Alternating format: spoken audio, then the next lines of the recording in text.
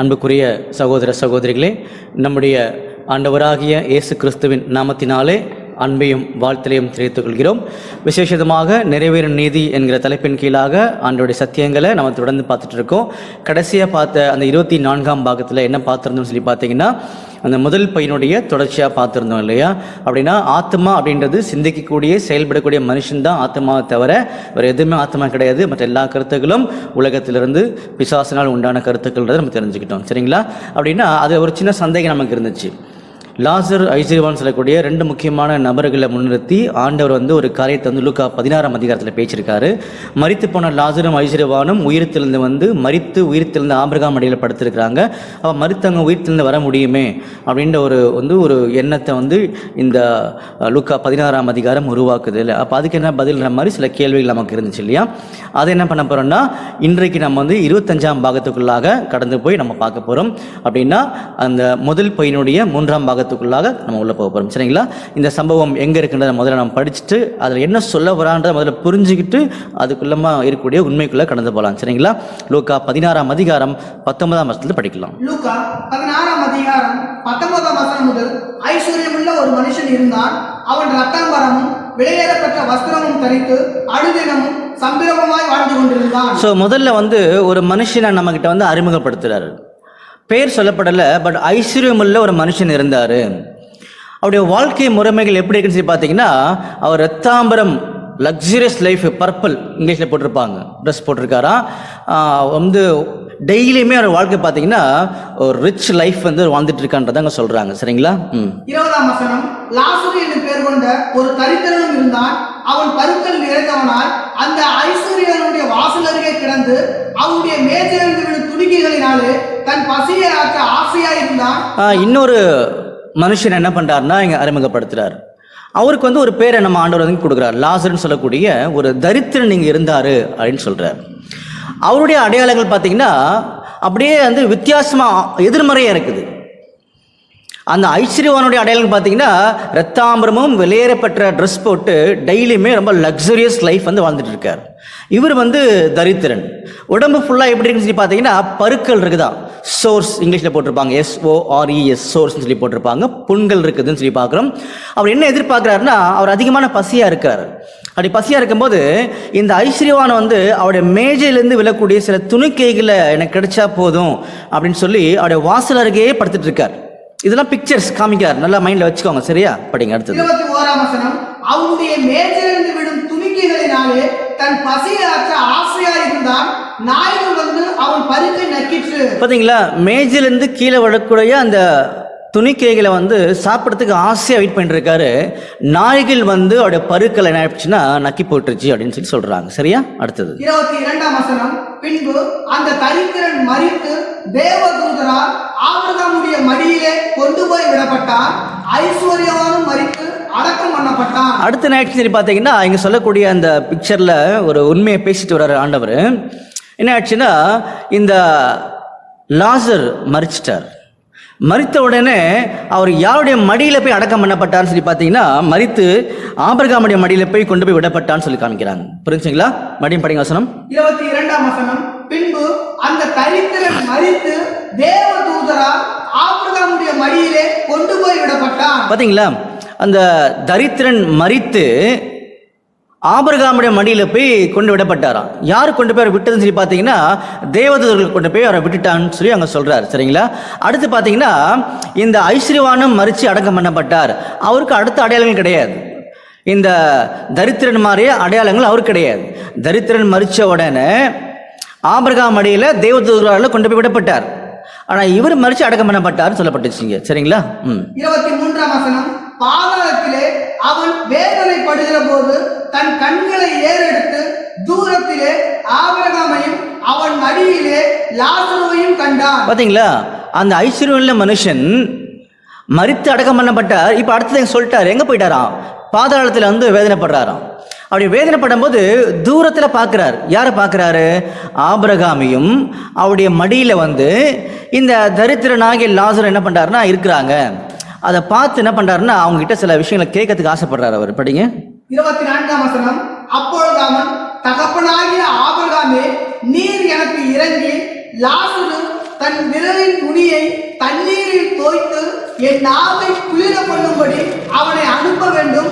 இந்த அக்கினி ஜுவாலையில் வேதனைப்படுகிறேனே என்று கூப்பிட்டான். பாத்தீங்களா என்ன பண்றாருன்னா, தகப்பனாகிய ஆபிரகாமே அப்படின்னு சொல்லி அங்க கூப்பிடுறாரு. கூப்பிட்டுட்டு, நீர் எனக்கு இறங்கி லாசருவின் விரல் நுனியினால கொஞ்சம் தண்ணியை வந்து தோய்த்து என்ன பண்ணா எனக்கு கொடுக்கணும் அப்படின்னு சொல்லி என்ன பண்ணாருன்னா அவர் கேட்குறாரா, நான் இந்த அக்னி ஜுவாலையில் வேதனைப்படுகிறேன்னு சொல்லி இங்கே சொல்கிறான்னு சொல்லி பார்க்குறோம். சரிங்களா?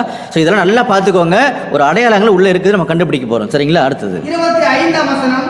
அதற்கு ஆபிரகாம், மகனே, நீ பூமியிலே உயிரோடு இருக்கும் காலத்தில் உன் நன்மைகளை அனுபவித்தாய், லாசருவும் அப்படியே தீமைகளை அனுபவித்தான். பார்த்தீங்களா, ஆபிரகாமோட ரிப்ளை உடனே அவருக்கு வந்துச்சு, மகனே நீ பூமியில் வாழ்ந்துட்டு இருக்கக்கூடிய டைமில் நிறைய நன்மைகளை வந்து நீ அனுபவிச்ச, லாசர் வந்து அப்படியே வந்து அநேக வேதனைகளை வந்து அவர் பட்டார் அப்படின்னு சொல்லி அங்க சொல்றாரு.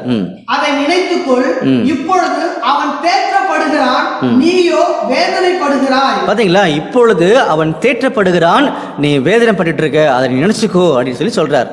26ஆம் வசனம்.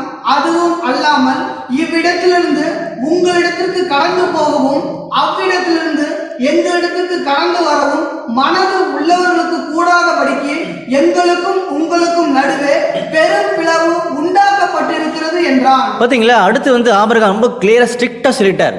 நல்லா கவனிங்க, அந்த ஐஸ்வர்யவானே, நீங்க வந்து அங்க இருக்கீங்க, நாங்கள் இங்கே இருக்கிறோம் இல்லையா, நீ அங்கே இருந்து இங்கேயும் வர முடியாது, நாங்கள் இங்கே இருந்து அங்கேயும் வர முடியாது. காரணம் என்ன, ரெண்டு பேருக்கு நடுவில் ஒரு பெரிய பிளவு வந்து வந்தாச்சு, அதனால அது சாத்தியம் இல்லப்பா அப்படின்னு சொல்லி சொல்றாரு. 27ஆம் வசனம். அப்பொழுது அவன், அப்படியானால் தகப்பனே, எனக்கு 5 பேர் சகோதரர் உண்டு, அவர்களும் வேதனை உள்ள இந்த இடத்துக்கு வராதபடி அவன் போய் அவர்களுக்கு சாட்சியாக அறிவிக்கும் பொருட்டு. பாத்தீங்களா, இன்னொரு ரெக்வஸ்ட் பண்றாரு அந்த ஐஸ்வர்யவான் கடைசியில் ஆபிரகாம் கிட்ட. ஒருவேளை நான் வந்து அங்கே வர முடியாது, நீங்கள் வந்து இங்கேயும் வர முடியாது அப்படின்னா ஒரு ஹெல்ப் பண்ணுங்க எங்களுக்கு அப்படின்னு சொல்கிறார். என்னப்பா ஹெல்ப்னு சொல்லி கேட்கும்போது பார்த்தீங்கன்னா, எனக்கு வந்து 5 சகோதரர் இருக்கிறாங்க, அவங்களும் இதே இடத்துக்கு வந்து வேதனைப்படக்கூடாது, அதனால் என்ன பண்ணுங்கன்னா நீங்கள் வந்து இந்த தரித்திரனை கொஞ்சம் அமுச்சு விடுங்க அப்படின்னு சொல்லி சொல்கிறார். 28ஆம் வசனம். நீர் அவனை என் தகப்பன் வீட்டுக்கு அனுப்பும்படி உம்மை வேண்டிக் கொள்கிறேன் என்றார். பாத்தீங்களா, நீங்க வந்து என்னோட தகப்பன் வீட்டுக்கு அனுப்புங்கன்னு சொல்லி உங்களை ரெக்வெஸ்ட் பண்றேன் ஆபிரகாமே அப்படின்னு சொல்லி சொல்றார். 29ஆம் வசனம். ஆபிரகாம் அவனை நோக்கி, அவர்களுக்கு மோசேயும் தீர்க்கதரிசிகளும் உண்டு, அவர்களுக்கு அவர்கள் செவி கொடுக்கட்டும் என்றான். பாத்தீங்களா, ஆபிரகாம் மறுபடியும் ரிப்ளை பண்றார், உன்னுடைய சகோதரர்களுக்கு உன் தகப்பன் வீட்டில் மோசேயும் தீர்க்கதரிசிகளும் இருக்கிறாங்க, அவர்களுக்கு உன்னுடைய சகோதரர்கள் செவி கொடுக்கட்டும், இவரை வந்து அனுப்ப முடியாதுப்பா அப்படின்னு சொல்லி சொல்லிட்டார். 30ஆம் வசனம். அதற்கு அவன், அப்படியல்ல தகப்பனாகிய ஆபிரகாமே, மரித்தோரிலிருந்து ஒருவன் அவர்களிடத்துக்கு போனால் மனம் திரும்புவார்கள் என்றான். பாத்தீங்களா, அப்படின்னா மரித்தோரிலிருந்து ஒருத்தர் போய் சொன்னாங்கன்னா கட்டாயமாக அவங்க மனம் திரும்புவாங்க, அதனால கொஞ்சம் நீங்கள் தயவு செய்து அந்த தரித்திரனை அனுப்புங்க அப்படின்னு சொல்லி கேட்குறாரு. 31ஆம் வசனம். அதற்கு அவன், அவர்கள் மோசேக்கும் தீர்க்கதரிசிகளுக்கும் செவி கொடாவிட்டால் மரித்தோரிலிருந்து ஒருவன் எழுந்து போனாலும் நம்ப மாட்டார்கள் என்று சொன்னான் என்றார். பார்த்தீங்களா, கிளியரா சொல்லி முடிச்சிட்டார் ஆபிரகாம். மோசேக்கும் தீர்க்கதரிசிகளுக்குமே உன்னுடைய சகோதரர் செவி கொடுக்கல அப்படின்னா மரித்தோரிலிருந்து ஒருத்தருக்கு போனாங்கன்னா நம்பவே மாட்டாங்கப்பா, அதனால் அதை முடியாதுன்னு சொல்லி முடிச்சிட்டார். சரிங்களா? ஸோ இதுதான் வந்து இங்கே சொல்லப்பட்ட ஒரு காரியன்றதை நம்ம பார்த்துட்டோம். சரிங்களா? என்ன பார்த்துருக்கோம்? ஐஸ்வர்யமுள்ள ஒரு மனுஷன் இருக்காரு, தரித்திரமுள்ள ஒரு மனுஷன் இருக்கார். புரிஞ்சுங்களா? இந்த ஐஸ்வர்யமுள்ள மனுஷன் பார்த்தீங்கன்னா ரொம்ப லக்ஸரியஸ் லைஃப் வந்து வாழ்ந்துட்டு இருக்கார். தரித்திரன் ரொம்ப ஒரு ஏழ்மையான நிலைமையில், பருக்கள் நிறைந்த கண்டிஷனில் பசியோடு என்ன பண்ணாருன்னா வாழ்ந்துட்டு இருக்காருன்னு சொல்லி பார்க்குறோம். அப்போ இந்த ஐஸ்வர்யமுள்ள மனுஷனுடைய டேபிள்ல இருந்து கீழே விழக்கூடிய துணிக்கைகளை சாப்பிட்றதுக்கு ரெடியாக இருக்கார். இதெல்லாம் பார்த்துக்கோங்க, இந்த பிக்சர்ஸ் பார்த்துக்கோங்க நல்லா. ஐஸ்வர்யமுள்ள மனுஷன் தரித்திரன், இவர் பக்கத்துலேயே வீட்டு வாசல்லே உட்காந்துட்டு இருந்தாரா? யோசிச்சு பாருங்க. அப்போ திடீர்னு ஆச்சுன்னா ஒரு டைமில் இந்த தரித்திரனுடைய பருக்களை வந்து நாய்களை வந்து நக்கி போட்டுருச்சு. இதெல்லாம் பிக்சர்ஸ் இல்லையா? அடுத்து நைட்டாங்க 2 பேருமே மறிச்சிட்டாங்க. தரித்திரனை வந்து தேவதூதர்கள் கொண்டு போய் ஆபிரகாம் மடியில் விட்டுட்டாங்க. இந்த ஐஸ்வர்யவான் மறிச்சு பாதாளத்துக்குள்ள போயாச்சு. இப்படி பிக்சர்ஸ் காமிக்கப்படுது. அடுத்து என்ன காமிக்கப்படுது? இப்போ இதுதான் பாதாளம் வச்சுக்கோங்க, இது பாதாளம். இங்கே யார் இருக்கிறா? ஐஸ்வர்யவான் வந்து வேதனைப்பட்டு இருக்கார், ஒரு பிக்சர் காமிக்கப்படுது. அடுத்து இந்த ஐஸ்வர்யவான் கண்ணுக்கு எட்டின தூரத்தில் யார் இருக்கிறா? இந்த ஐஸ்வர்யவானுடைய கண்ணுக்கு எட்டின தூரத்தில் யார் இருக்கிறா? ஆபிரகாம் இருக்காரு, மடியில் வந்து தரித்திரன் படுத்துட்டு இருக்காரு இல்லையா? அப்போ நமக்கு என்ன யோசிக்க தோணுது? இந்த இடத்துல பாதாளத்தில் இங்கே வேதனைப்படுறாரு, அங்கே யார் இருக்கிறா? ஆபிரகாமும் மடியில் வந்து தரித்திரம் இருக்கார். அப்போ பாதாளம் இங்கே இருக்குன்னா அங்கே என்ன இருக்கணும்? பரலோகம் இருக்கிற மாதிரி ஒரு பிக்சர் வருது இல்லையா? அப்போ பாதாளத்துக்கும் பரலோகத்துக்கும் இவ்வளோதான் டிஸ்டன்ஸா? எவ்வளோ டிஸ்டன்ஸு? இந்த கண்ணை எவ்வளோ தூரம் பார்க்க முடியுமோ அவ்வளோதான் டிஸ்டன்ஸ். இருக்க முடியுமா? இங்கே நெருப்பில் வேதனை பண்ணிட்டு இருக்காரு, இங்கே வந்து சந்தோஷம் பரலோகத்தில் உட்காந்துருக்க மாதிரி இருக்குது இல்லையா? அடுத்து என்ன கேட்குறாருன்னா, அந்த தரித்திரனை நீங்கள் அனுப்பி அவர் விரல் நுனையில் கொஞ்சம் தண்ணியை தொட்டு எனக்கு கொடுங்க அப்படின்னு சொல்கிறாரு. அப்போ அந்த பரலோகத்திலிருந்து தரித்திரனை அனுப்பினான்னு வச்சுக்கோங்களேன், அவர் இங்கேருந்து இங்கே வந்துட முடியும். வந்த உடனே இவருடைய நெருப்பில் வெந்துட்டு இருக்கும் போது அவர் நாக்கில் வந்து தண்ணியை வச்சுட்டு போவாரா? இது சாத்தியமா? இது அடுத்து என்ன சொல்லிட்டாருன்னா, உங்களுக்கும் எங்களுக்கும் கடந்து போக முடியாததுக்கு பெரும் பிளவு இருக்குது. அப்போ பாதாளத்துக்கும் பரலோகத்துக்கும் நடுவில் பெரிய பள்ளம் இருக்குதா? கடந்து போக முடியாத அளவுக்கு. இப்பெல்லாம் சிந்திக்க தோணுது இல்லையா? அன்புக்குரிய சகோதரர்களே, இது என்னது? இது ஆக்சுவலாக எழுதியிருக்கிறது நடந்த சம்பவமா, இல்லை நடக்க போகிற சம்பவமா, அல்லது என்ன ஸ்டைலில் ஆண்டு எழுதியிருக்காரு? இதை ஒன்றுமே புரியலையே. அப்புறம் யோசிச்சு பார்க்கும்போது நம்முடைய ஆண்டவராக இயேசு கிறிஸ்துனுடைய ஒரு ஸ்டைல் நம்ம நல்லா புரியணும். அவர் வந்து அநேக காரியங்களில் ஊமைகள் மூலமாக பேசியிருக்கிறாரு. அப்படின்னா இங்கே வந்து நிறைய அடையாளங்கள் காமிக்கப்படும் போது இது ஆண்டவராக இயேசு கிறிஸ்து பேசின ஒரு ஊமை, ஒரு பேரபிள். அப்போ அந்த பேரபிளுக்கு என்ன கிடையாதுன்னா நேரடி அர்த்தங்கள் இல்லைன்றது நம்ம எல்லாருக்குமே தெரியும். ஒரு வேளை இது பேரபிள் இல்லைன்னு சொல்லி நம்ம முடிவு பண்ணிட்டோம் அப்படின்னா இது நம்மளுக்கு புரியவே புரியாது. அநேக தவறான விஷயங்கள் மட்டும்தான் வெளியில் வந்து வருமே தவிர உண்மைகள் வெளியே வராது. ஏன்னா இந்த இடத்துல பாதாளம் நரகத்துக்கும் பரலோகத்துக்கும் கண்ணு கேட்ட தூரம் தான் டிஸ்டன்ஸ். பார்த்தீங்களா? முதல் விஷயங்கள். அப்புறமா அந்த இடத்துலேருந்து பரலோகத்திலேருந்து தரித்திரம் வந்து விரல் நுனையில் இந்த பாதாளத்தில் வேதனைப்படக்கூடிய ஐஸ்வர்யவானுக்கு தண்ணி கொடுக்க முடியுன்ற மாதிரி காமிக்கப்படுது இல்லையா? அதெல்லாம் சாத்தியமில்லாத காரியங்கள். அப்போ இது வந்து ஒரு பேரபிள், ஊமைன்றதை நல்லா புரிஞ்சுக்கலாம். அப்போ இந்த ஊமையோட பொருள் என்னன்றது என்ன பண்ண போறோம்னா நம்ம கடந்து போவோம். போயிடலாமா? சரி, படிக்கலாம் பாருங்க. 10ஆம் வசனம் படிங்க. லூக்கா 16ஆம் அதிகாரம் 19ஆம் வசனம். ஐஸ்வர்யமுள்ள ஒரு மனுஷன் இருந்தான். அவன் ரத்தாம்பரமும் விலையேறப்பட்ட வஸ்திரமும் தரித்து அனுதினமும் சம்பிரமமாய் வாழ்ந்து கொண்டிருந்தான். அப்போ இந்த ஊமையில வரக்கூடிய இந்த முதல் மனிதன், இந்த ஐஸ்வர்யவான் யாரா இருக்கும்? அப்ப ஐஸ்வர்யவான் என்ன இருக்கும்னா நிறைய சொத்து இருக்கும் இல்லையா? அதனால அதை வச்சுட்டு ரொம்ப சந்தோஷமா வாழ்க்கையில எந்த ஒரு தேவைகளும் இல்லாம அனுபவிச்சுட்டு இருக்கிறார் சந்தோஷமா. அப்ப யார் இந்த ஐஸ்வர்யவானா இருக்கிறதுக்கு வாய்ப்பு இருக்குது ஆண்டோடைய திட்டத்துல? இந்த ஐஸ்வர்யவானுடைய சகோதரர் இருக்கிறாங்க. 5 பேர் சகோதரர் இருக்கான்னு சொல்லி காமிச்சார் இல்லையா? அப்போ இந்த ஐஸ்வர்யவான் ஆபிரகாம் எப்படி கூப்பிடுறாரு? என் தகப்பனே அப்படின்னு சொல்லி கூப்பிடுறாரு. பாருங்க, சரியான ஹிண்டிங்க கொடுக்குறாரு நம்ம கிட்ட. அப்ப ஐஸ்வர்யவான் கிட்ட நிறைய சொத்து இருக்குது. ஐஸ்வர்யவான் ஆபிரகாம தகப்பன் கூப்பிடுறாரு. அப்படின்னா ஆபிரகாம தகப்பன் கூப்பிடுறாங்கன்னா அந்த ஜனங்கள் யாரா இருக்கணும்? இஸ்ரவேல் ஜனங்களா இருக்கணும். ஒரு வசனம் படிக்கலாமா? உதாரணத்துக்கு யோவான் 8ஆம் அதிகாரம் 53ஆம் வசனம் படிங்க. யோவான் 8ஆம் அதிகாரம் 53ஆம் வசனம். எங்கள் பிதாவாகிய ஆபிரகாமிலும் நீர் பெரியவனோ. பாத்தீங்களா? எப்பவுமே இஸ்ரவேல் ஜனங்கள் பாத்தீங்கன்னா அவங்க ஆபிரகாம தகப்பன் தான் சொல்லுவாங்க. புரிஞ்சுங்களா? அப்படின்னா இந்த ஐஸ்வர்யவான் யாரா இருக்கிறாங்கன்னு சொல்லி நம்ம பார்க்கும்போது அவங்க யாரை அடையாளப்படுத்துறாங்க? இஸ்ரவேல் ஜனங்களை அடையாளப்படுத்துறாங்கன்றதை நம்ம தெளிவாக புரிஞ்சுக்கிறோம். புரிஞ்சுங்களா? அடுத்து பார்த்தீங்கன்னா இன்னொரு முக்கியமான எவிடன்ஸ் நம்ம கொடுக்குறாரு. இவங்க எப்படி இருக்காங்களா? ரொம்ப லக்ஸுரியஸ் லைஃப்ல இருக்கிறாங்க, ஐஸ்வர்யவானா இருக்கிறாங்கன்னு சொல்லி காமிக்கிறாரு. அப்ப எது ஐஸ்வர்யம் நமக்கு? ஆண்டவுடைய சத்தியங்கள் தான் நமக்கு ஐஸ்வர்யம். அப்ப என்ன மாதிரி ஐஸ்வர்யங்கள் இவங்ககிட்ட இருந்துச்சுன்றத ஒரு லிஸ்ட் கொடுத்திருக்காரு பைபிள்ல. படிக்கலாமா? ரோமர்ல 9ஆம் அதிகாரத்துல 4ஆம் வசனம் படிங்க. ரோமர் 9ஆம் அதிகாரம் 4ஆம் வசனம் முதல். அவர்கள் இஸ்ரவேலரே, புத்திர சுவிகாரமும் மகிமையும் உடன்படிக்கைகளும் நியாய பிரமாணமும் தேவ ஆராதனையும் வாக்குத்தத்தங்களும் அவர்கள் உடையவர்களே, பிதாக்கள் அவர்கள் உடையவர்களே, மாம்சத்தின்படி கிறிஸ்துவும் அவர்களில் பிறந்தாரே, இவர் என்றென்றைக்கும் ஸ்தோத்திரிக்கப்பட்ட சர்வத்திற்கும் மேலான தேவன். ஆமென். பாத்தீங்களா? அப்போ இவ்வளோ ஐஸ்வர்யங்கள் அவங்ககிட்ட இருக்குது. தேவ ஆராதனைகள், வாக்குத்தத்தங்கள், உடன்படிக்கைகள், நியாயப்பிரமாணங்கள், பிதாக்கள், நம்முடைய இயேசு கிறிஸ்துவும் அங்கே தான் பிறந்தான்னு சொல்லி லிஸ்ட் போட்டே போறார். அவ்வளோ ஐஸ்வர்யமான ஜனங்கள் தான் நம்முடைய இஸ்ரேல் ஜனங்கள்ன்றதை மறந்துடக்கூடாது. சரிங்களா? இன்னொரு வசனம் படிக்கலாமா? சங்கீதம் 147 சங்கீதம் 19-20 படிங்க. சங்கீதம் 147 சங்கீதம் 19 வசனம் முதல். யாக்கோபுக்கு தம்முடைய வசனங்களையும் இஸ்ரவேலுக்கு தமது பிரமாணங்களையும் தமது நியாயங்களையும் அறிவிக்கிறார். அவர் வேற எந்த ஜாதிக்கும் இப்படி செய்ததில்லை. அவருடைய நியாயங்களை அறியாமல் போகிறார்கள். அல்லேலூயா. பாத்தீங்களா? வேற எந்த ஜாதிக்கும் அப்படி பண்ணல. யாக்கோபுடைய சந்ததிக்கு தான், யாக்கோபுக்கு தான் அப்படி நான் பண்ணிருக்கேன்றத ஆண்டவர் தெளிவா சொல்லிட்டார். புரிஞ்சுங்களா? இன்னொரு வசனம் படிக்கலாமா? ரோமர் 3-2 வசனம். ரோமர் 3-2 வசனம். அது எவ்விதத்திலும் மிகுதியா இருக்கிறது. தேவனுடைய வாக்கியங்கள் அவர்களுக்கு ஒப்புவிக்கப்பட்டது விசேஷித்த மேன்மையாமே. பாத்தீங்களா? தேவனுடைய வாக்கியங்கள் அவர்களிடத்தில் ஒப்புவிக்கப்பட்டது விசேஷ மேன்மையாமேன்னு சொல்லி காமிக்கிறார். புரிஞ்சுங்களா?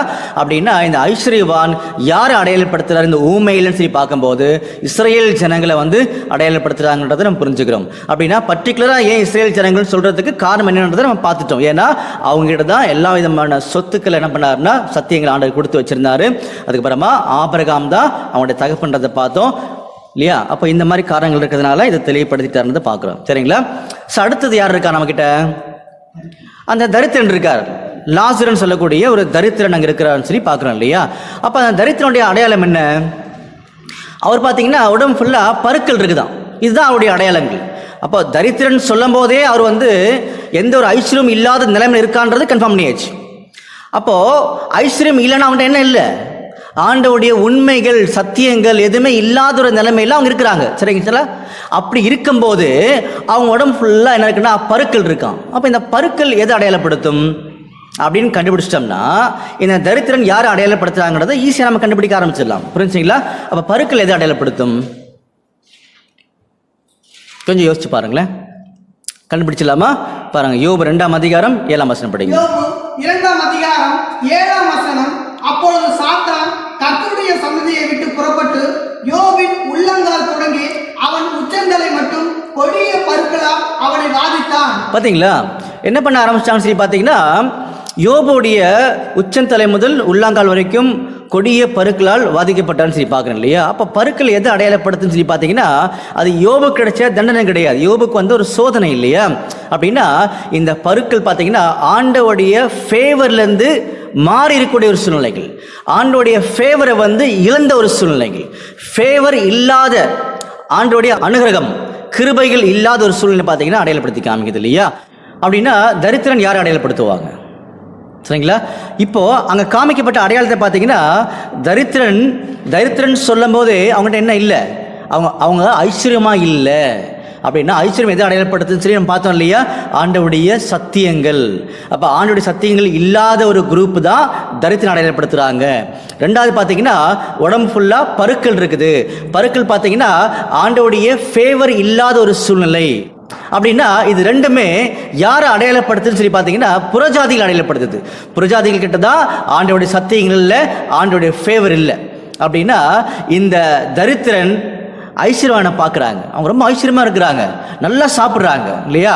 அப்படின்னா ஆண்டோட கிருபைக்குள்ள ரொம்ப அதிகமாக சந்தோஷமாக இருக்கக்கூடிய ஒரு சூழ்நிலையை இந்த தரித்திரனாகிய புறஜாதிகள் பார்க்குறாங்க.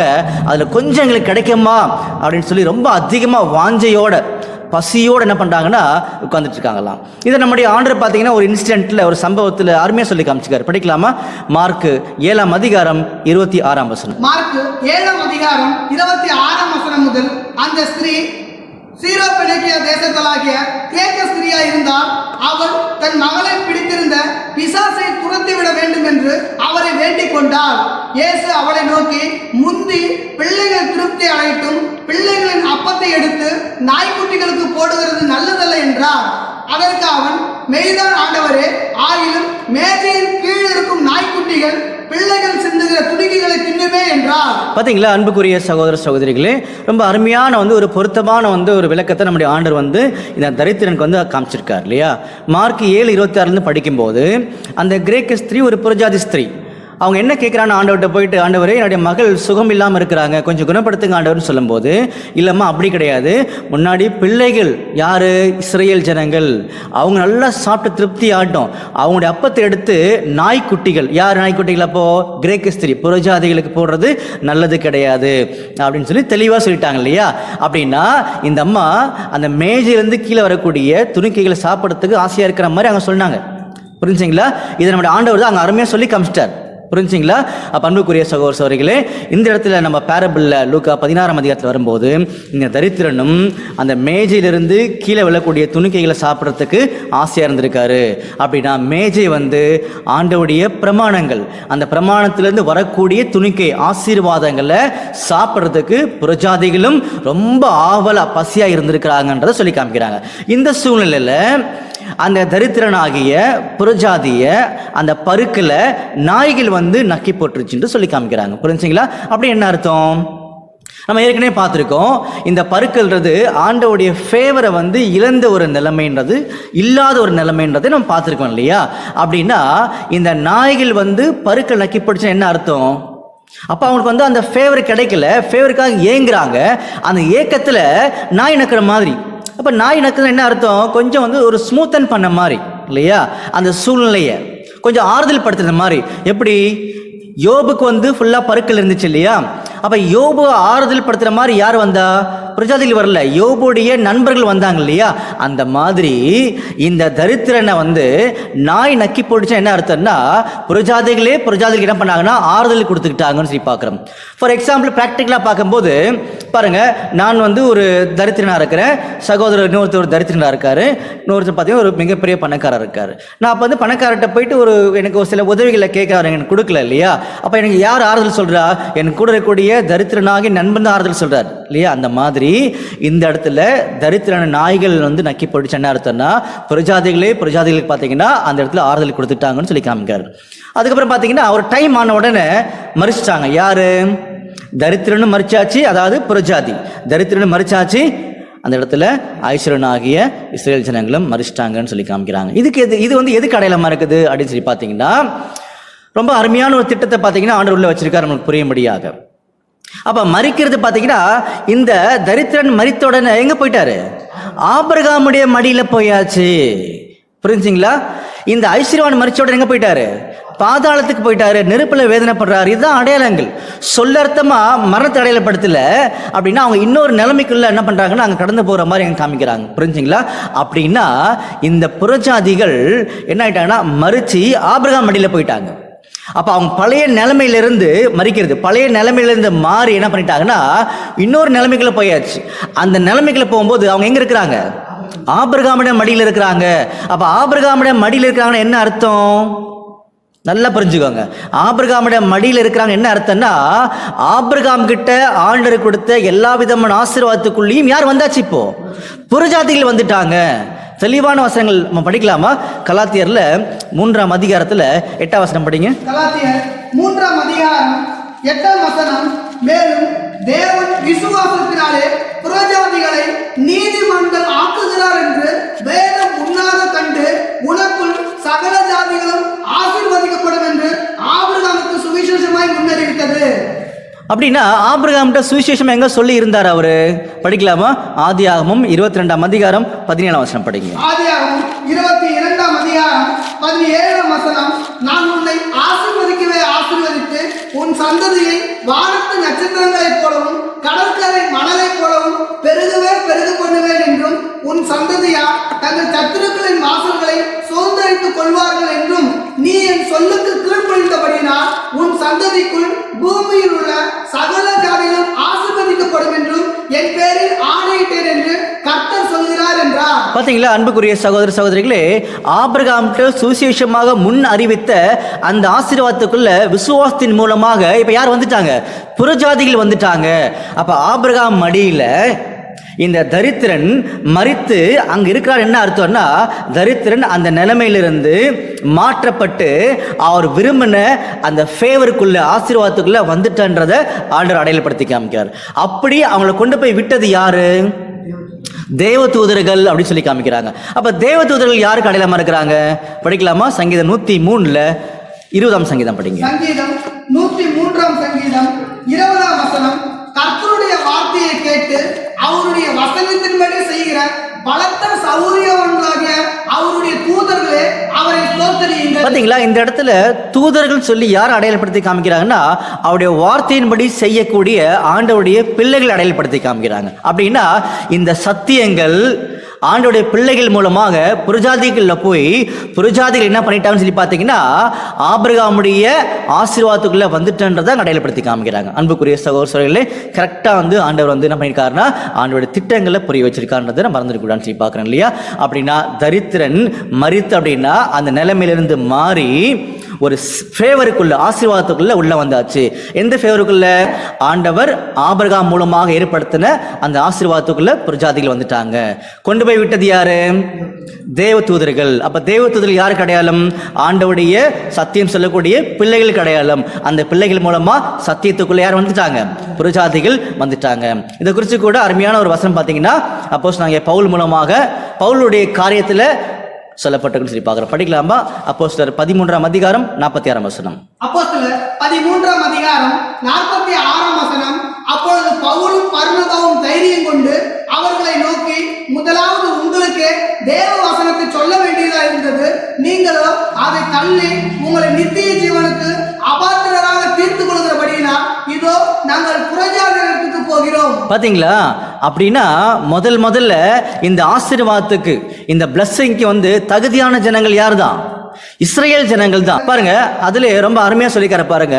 அப்போஸ்தலர் 13ஆம் அதிகாரம் 26ஆம் வசனம். அப்போஸ்தலர் 13ஆம் அதிகாரம் 26ஆம் வசனம். சகோதரரே, ஆபிரகாமின் சந்ததியில் பிறந்தவர்களே, தேவனுக்கு பயந்து நடக்கிறவர்களே, இந்த ரட்சிப்பின் வசனம் உங்களுக்கு அனுப்பப்பட்டிருக்கிறது. பாத்தீங்களா? முதல்ல இந்த ரட்சிப்பின் சத்தியங்கள் இந்த ஐஸ்வர்யனாகிய இஸ்ரேல் ஜனங்கள் தான் அனுப்பப்பட்டுச்சு. அவங்க என்ன பண்ணிட்டாங்க? ஆண்டவரை நிராகரிச்சுட்டாங்க. நிராகரிச்சதுனால அவங்க எதுக்குள்ள போயிட்டாங்களா? இப்போ பாதாளத்துக்குள்ள. அப்படின்னா ஒரு மிகப்பெரிய இழப்புக்குள்ள போயாச்சு. அப்ப பாதாளம் எது அடையாளப்படுத்துது? ஒண்ணுமே இல்லாத ஒரு நிலைமை இல்லையா? அந்த நிலைமைக்குள்ள இஸ்ரேல் ஜனங்கள் தள்ளப்பட்டுட்டாங்க. இப்போ புறஜாதிகள் அந்த ஆசீர்வாதமான சூழ்நிலைக்குள்ள புறஜாதிகள் வந்துட்டாங்க. இதை யார் பார்க்கறாங்க? இப்போ எல்லா ஆசீர்வாதங்களையும் இழந்து போன இந்த ஐஸ்வர்யனாகிய இஸ்ரேல் ஜனங்கள் இதை பார்க்குறாங்க.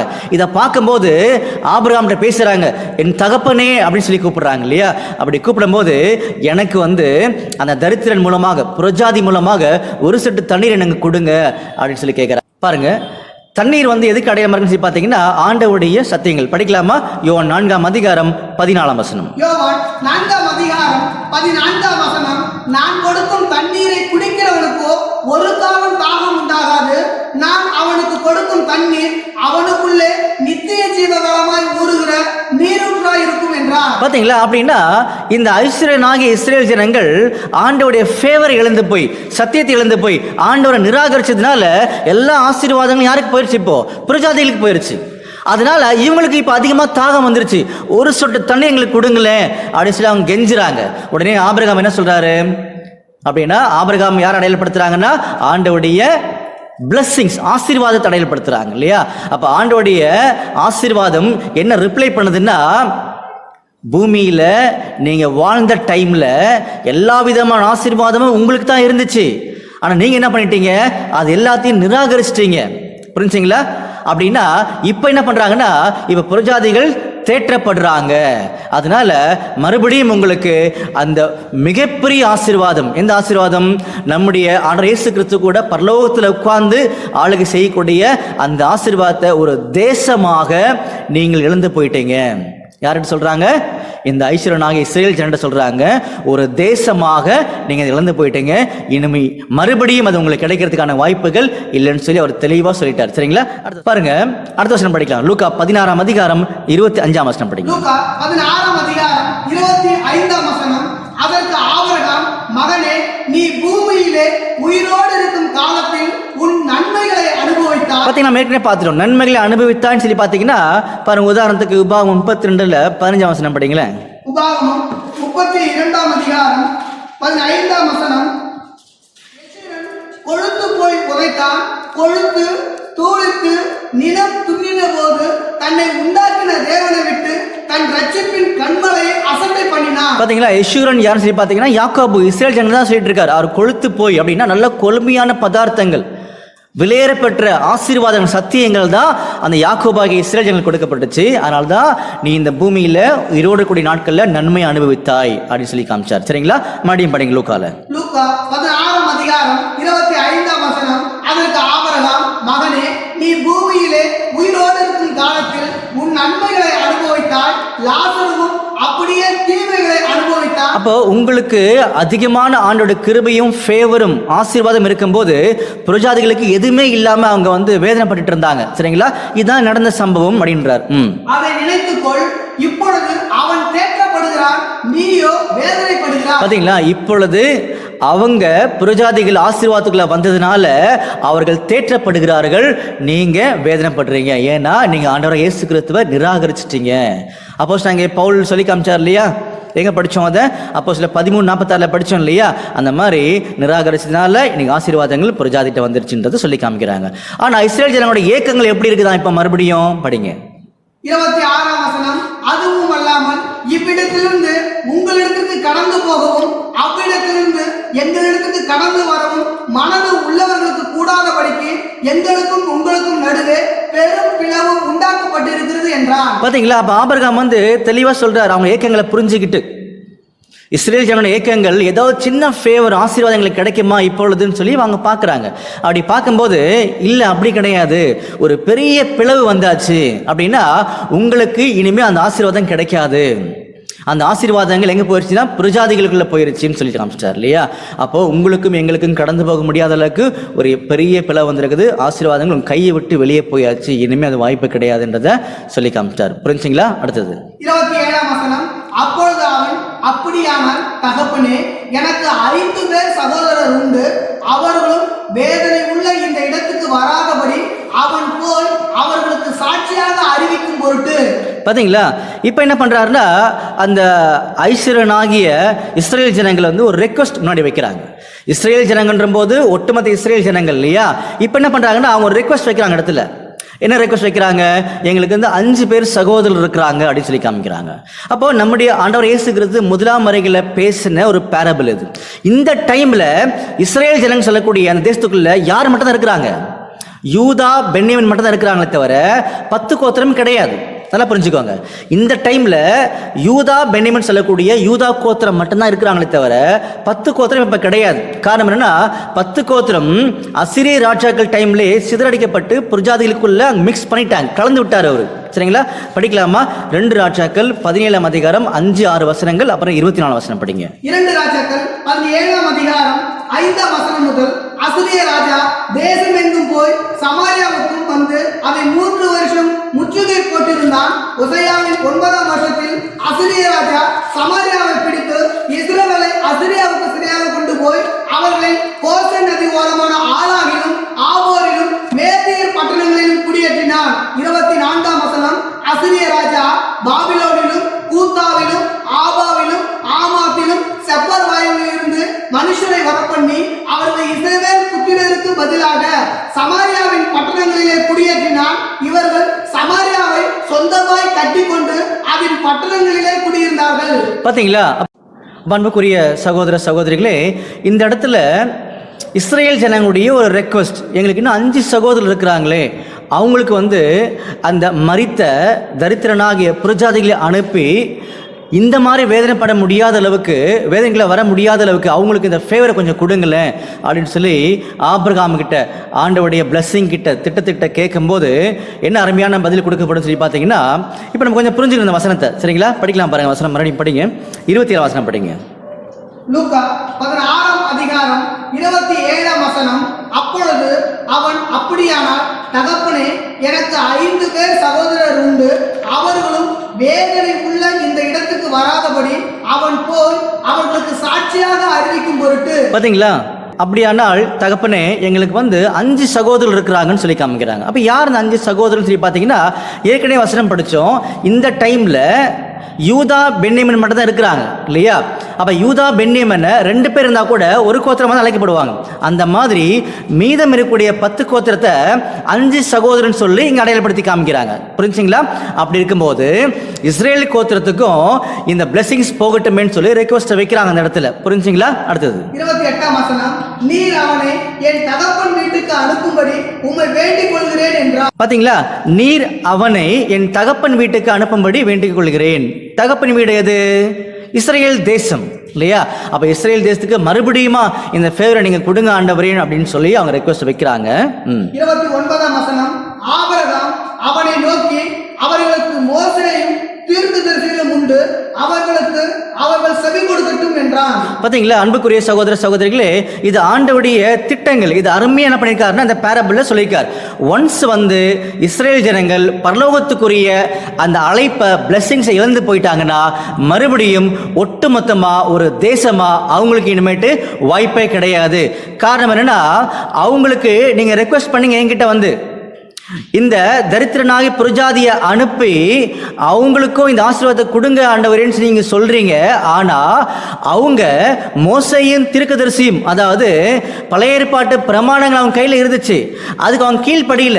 அதுல அநேகமான உண்மைகளை சத்தியங்கள் ஆண்டவர் வச்சிருந்த அது சொல்லியே கீழ்ப்படியாதவங்க இந்த ஒரு புரஜாதி போய் சொன்னா கேட்பாங்களா? அதனால அனுப்ப முடியாது. அப்படின்னா இனிமே வாய்ப்பு கிடையாது. இஸ்ரேல் தேசத்துக்கு பரலோகம் செல்லக்கூடிய வாய்ப்பு இல்லைன்றதை உறுதிப்படுத்தி காமிக்கிறார். 30ஆம் வசனம், அதற்கு அவன், அப்படியல்ல, தகப்பனாகிய ஆபிரகாமே, மரித்தோரிலிருந்து ஒருவன் அவர்களிடத்திற்கு போனால் மனம் திரும்புவார்கள் என்றான்.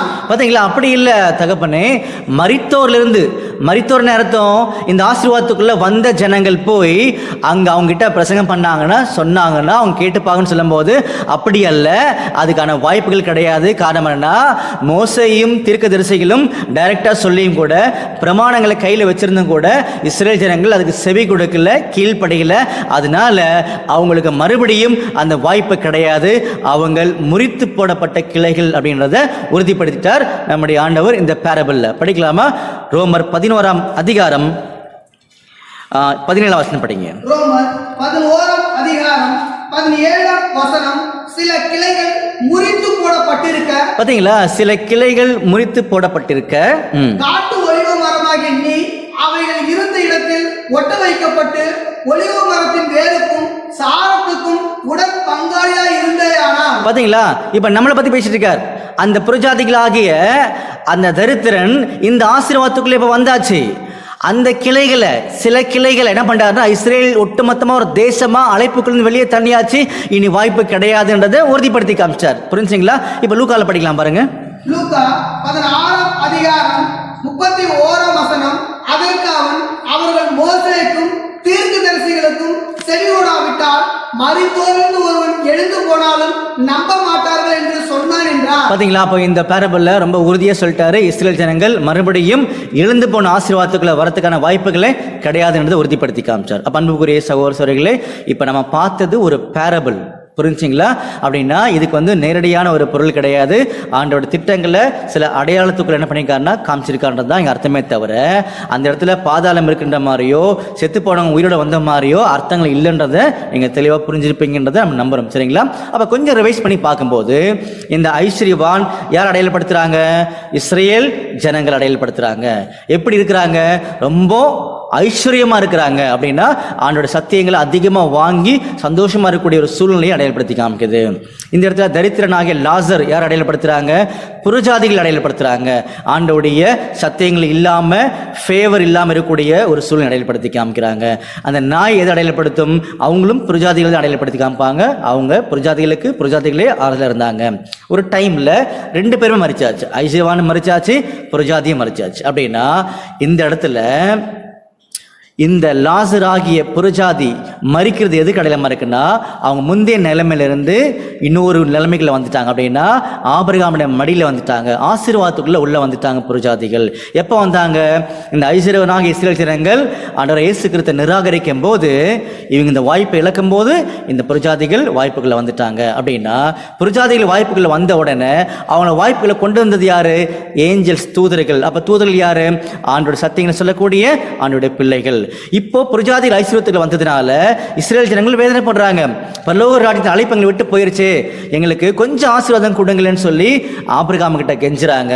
அப்படின்னா ஆபிரகாம் தெளிவா சொல்லிட்டாரு, இல்லப்பா பூமியில இருந்த டைம்ல உனக்கு எல்லாமே ஆண்டவர் கொடுத்து வச்சிருந்தாரு, நீங்க அதை நிராகரிச்சதுனால இப்போ உங்களுக்கு மறுபடியும் ஆசீர்வாதங்கள் கிடைக்காதுன்னு சொல்லியாச்சு. அப்படின்னா உங்களுக்கும் எங்களுக்கும் கடந்து போக முடியாத அளவுக்கு அப்படின்னா ஆசீர்வாதம் ஒன்ஸ் போயிடுச்சு அப்படின்னா மறுபடியும் அது கிடைக்காது, அவ்வளோ பெரிய ஒரு பிளவு வந்தாச்சுன்னு சொல்லி காமிச்சார் இல்லையா. அப்போ மறுபடியும் இஸ்ரேல் ஜனங்கள் ரெக்வஸ்ட் பண்ணாங்க, ஆண்டவரை இயேசு கிறிஸ்து யூதா பென்யமீன்ட்ட வந்துதான் இந்த பிரசங்கத்தை காமிச்சார், சத்தியத்தை எங்கிட்ட கொடுத்தார் இல்லையா. நாங்கள் அதை மிஸ் பண்ணிட்டோம். ஆனால் காணாமல் போன ஆடுகளாக இஸ்ரேல் ஜனங்கள் இருக்கிறாங்க, அவங்களுக்கும் இந்த வாய்ப்பு வேணுமே அப்படின்னு சொல்லும்போது அவங்க மோசையின் தீர்க்கதரிசின்னு சொல்லியே கீழ்ப்படியில. மரித்தோரிலிருந்து ஒருத்தனாகி இந்த புரஜாதி போய் சொன்னா கேட்பாங்களா? கேட்க மாட்டாங்கல்ல. அப்படின்னா இந்த வாய்ப்பு உங்களை விட்டு போயாச்சு, இனி வாய்ப்பு கிடையாதுன்னு சொல்லி காமிச்சார். அப்படின்னா இந்த வாய்ப்பு ஆபிரகாம் என்று சொன்ன ஆசீர்வாதம் பரலோக ராஜ்யத்தின் வாய்ப்பு நமக்கு வந்தாச்சு. இப்போ நாம அந்த கிளைகளை முறிச்சிட்டு நம்மளை ஒட்ட வச்சிருக்காரு இப்போ. அப்படின்னா நாம எந்த அளவுக்கு இஸ்ரேல் ஜனங்கள் பண்ண தவறுகளை கூர்ந்து கவனித்து அந்த தவறுகளை பண்ணக்கூடாது, மறுபடியும் நாம் தொடர்ந்து கீழ்ப்படிஞ்சு ஆசீர்வாதத்தில் நிலைச்சு நின்று ஆண்ட விரும்பக்கூடிய அந்த சந்ததியாக மாறணுன்னு தான் இந்த பேரபிளை சொல்லி காமிச்சாரே தவிர செத்து போன லாசரும் அந்த ஐஸ்வர்யவானும் உயிர்த்தெழுந்து வந்த மாதிரியும் இங்கே சொல்லப்படலை, ஆபிரகாம் உயிர்த்தெழுந்து வந்த மாதிரியும் சொல்லப்படலை. இதெல்லாம் அடையாள பாஷையாகிய பேரபிள்ன்றதை நீங்கள் தெளிவாக புரிஞ்சுக்கோங்க. அப்படின்னா இதுக்கும் ஆத்மாவுக்கும் சம்மந்தமே கிடையாது. அப்படின்னா உங்களுக்கு மறுபடியும் ஒரு சந்தேகம் வரதுக்கு வாய்ப்பு இருக்குது. அப்படின்னா இங்கே நரகத்தில் வேதனைப்படுறாரு, அப்போ நரகம் இருக்குதான்னு ஒரு கொஸ்டின் வரும்போது அதுக்கான பதில தகுந்த டைமில் ஆண்டு கொடுப்பாரு. அடுத்த காணொலியில் நம்ம அதை குறித்து நம்ம கவனிக்கலாம். அப்போ இதை குறித்து நீங்கள் என்ன பண்ணுங்க, தொடர்ந்து காணுங்க. ஆண்டு கிருபை உங்களோடு இருப்பதாக. ஆமீன்.